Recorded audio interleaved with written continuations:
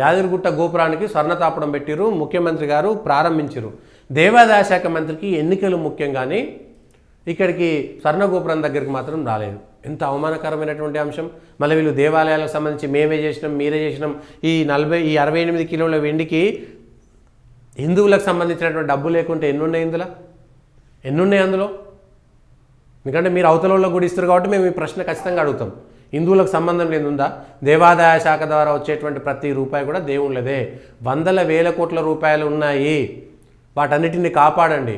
దేవుడికి అంత గొప్ప పని చేస్తుంటే దేవాదాయ శాఖ మంత్రికి ఎన్నికలే సర్వస్వం అయిపోయిందంట. యాదగిరిగుట్ట దేశంలో అత్యంత ప్రధానమైనటువంటిది, తెలంగాణలో ప్రధానమైనటువంటి దేవాలయము యాదగిరిగుట్ట. ఆ యాదగిరిగుట్టలో దేవుడికి స్వర్ణతాపడం జరుగుతుంటే కనీసం ముఖ్యమంత్రి వెంట దేవాదాయ శాఖ మంత్రి కూడా లేకపోవడాన్ని, పోనీ ఇక్కడ లేరు, ఈ దేశంలో లేరంటే వేరే విషయం. తెలంగాణలో ఉండి ఎన్నికల్లోకి వెళ్ళారు. ఏం జరిగింది? మీ ఇద్దరి మధ్యన కొట్లాట్లు ఉన్నాయా, లేకపోతే ఏమైనా తేడాలు ఉన్నాయా? దేవాదాయ శాఖ మంత్రి ఎందుకు రారు? మరి ఇట్లా అయితే దేవాలయాలను మీరు ఏం కాపాడతారో మాకు అర్థం కానటువంటి విషయం. అంటే మీరు ఎన్నికలు వస్తే ఇతర అంశాలే మీకు ముఖ్యం కానీ దేవుళ్ళు దేవాలయాలను కాపాడడం మీకు ముఖ్యం కాదనేటువంటి విషయం వాళ్ళ జనాలకు తెలుస్తలేదా, అర్థమైతలేదా? ఈ విషయాలు స్పష్టంగా ప్రజలకు చెప్పాల్సినటువంటి అవసరం ఉంది కదా. ఎందుకు రాలేదు అంటే మీరు ఇతర పనులుంటే మీకు దేవుళ్ళు పేరుకే దేవాదాయ శాఖ, దాన్ని కాపాడమో అది నిబద్ధతతోటో గౌరవంతోటో భక్తితోటో ఆధ్యాత్మికతోటో మీరు దేవుళ్ళని పెట్టరు. దరిద్రం కొద్దీ మా హిందువుల దరిద్రం కొట్టి దేవాలయాలన్నీ ప్రభుత్వంలో పడ్డాయి కాబట్టి మరి దేవుడే కాపాడాలి వాళ్ళ దేవాదాయ శాఖని. ఎస్, ప్రతిదీ దేవాదాయ శాఖలో జరిగేటువంటి ప్రతి అంశాన్ని కూడా మనం చెప్పాల్సినటువంటి అవసరం ఉంది.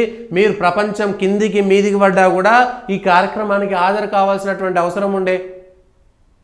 మీకు ఆరోగ్యం బాగాలేదా, లేకపోతే మీరు ఇంకేమైనా పని మీద ఉన్నారా? నిన్న ఎక్కడున్నారు? ఈ కార్యక్రమం జరుగుతున్నప్పుడు దేవాదాయ శాఖ మంత్రి ఎక్కడున్నారు? ఎందుకు లేరు దేవాదాయ శాఖ మంత్రి? ఉండాలి కదా, ఇది మీ బాధ్యత కదా. రావాల్సినటువంటి అవసరం లేదా? మరి మీరు దేవాలయాన్ని కాపాడతారంటే మేము ఎక్కడ నమ్ముతాం? అన్నీ ఇవాళ దేవాదాయ శాఖ భూమిలో మహబూబ్ నగర్లో ప్రభుత్వ కళాశాలలు కడుతున్నారు, దాన్ని కాపాడండి. షాబాద్లో 1000 ఎకరాల సీతారామచంద్ర స్వామి దేవాలయ భూములను కాపాడండి. మహబూబ్ నగర్ కాంగ్రెస్ సర్కార్ వచ్చిన తర్వాత మహబూబ్ నగర్లో పాలమూరు నడిగడ్డ మీద దేవాదాయ శాఖ భూముల్లో ప్రభుత్వ భవనాలు ఏ విధంగా కడతారు? మీరు ఒక్క భూముల్లో కడితే ఒక్క దగ్గర కడితే వాటన్నిటిని కూలగొడుతున్నారు. దేవాదాయ శాఖ భూములకు ఎన్ని డబ్బులు ఇచ్చారు? దాన్ని కిరాయిలు ఇస్తారా ఇవాళ? అంటే దేవాదాయ శాఖ భూములు అంటే పుణ్యానికి వచ్చినాయా? దేవునికి సంబంధం లేదా? మరి దేవాదాయ శాఖ భూమి అని ఎందుకని అలవెట్టినాయి? అంటే అన్ని దేవాలయాల భూములన్నింటినీ కూడా ప్రభుత్వ ఖజానాలో కలిపి లౌకిక ప్రభుత్వం కాబట్టి తర్వాత వీటిల్లో అందరూ ఉంటారు, దరిద్రం నాశనం చేసేస్తారు. హిందువులకు సిగ్గుశరం లేనంత కాలం ఇట్లాంటివి జరుగుతుంటాయి.